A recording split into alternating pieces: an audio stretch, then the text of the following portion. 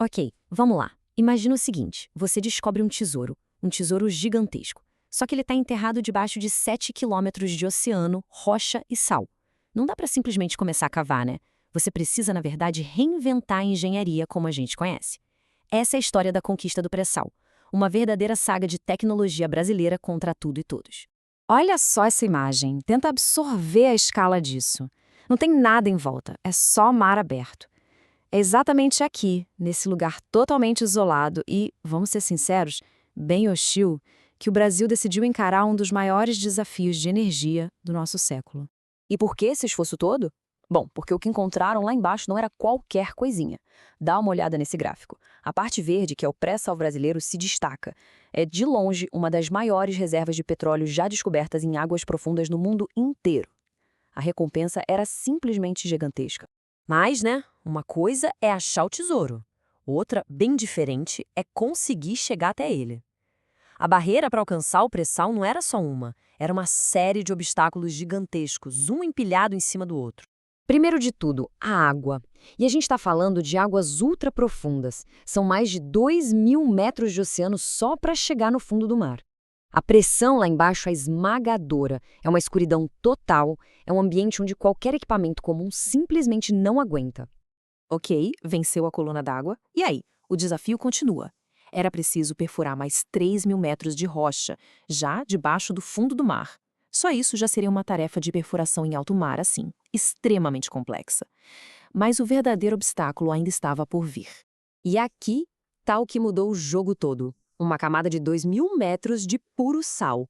O problema é que sal não é como rocha. Sob pressão ele se move, ele flui, ele se deforma. Ele bagunça todos os sensores sísmicos e tem força para esmagar um poço de perfuração como se fosse nada. Foi preciso criar do zero tecnologias que simplesmente não existiam para conseguir passar por essa camada instável e finalmente chegar no petróleo. Então, como é que se resolve um problema que ninguém no mundo tinha resolvido antes? Começa uma corrida tecnológica. E não foi sorte, viu? Foi um esforço super sistemático, focado em inovação, e tudo isso sob uma pressão absurda. O que eu acho mais fascinante nisso tudo, e que a gente vê aqui, é como essa inovação foi organizada. Primeiro, aprender fazendo, ou seja, otimizar os processos a cada poço que era perfurado. Segundo, aprender usando, analisando os dados que os próprios equipamentos mandavam de volta para poder melhorar. E terceiro, aprender por interação, trabalhando junto com fornecedores, parceiros, todo mundo. Era um ecossistema inteiro de aprendizado. Mas o grande pulo do gato veio de uma ferramenta muito poderosa: o poder dos computadores. Diante de um desafio físico tão extremo, a solução foi, primeiro, vencer ele no mundo digital. Essa frase resume perfeitamente a virada de chave. Em vez de testar equipamentos caríssimos em condições reais, super perigosas, os engenheiros criaram o que a gente chama de gêmeos digitais. Eles conseguiam simular a pressão, a temperatura, o comportamento do sal, tudo em supercomputadores. Eles testavam, erravam e aprendiam no ambiente virtual antes de colocar uma única peça no mar. E os benefícios disso?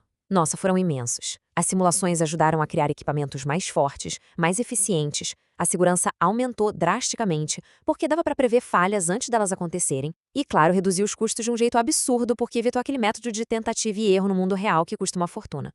Beleza, a tecnologia é incrível. Mas, na prática, qual foi o resultado de toda essa inovação? Bom, os números contam uma história de sucesso, assim, retumbante. E isso aqui ilustra o ponto de forma brilhante.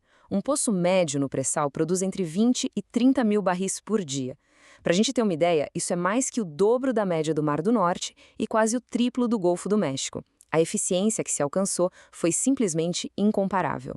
O impacto na produção do Brasil foi uma coisa de louco.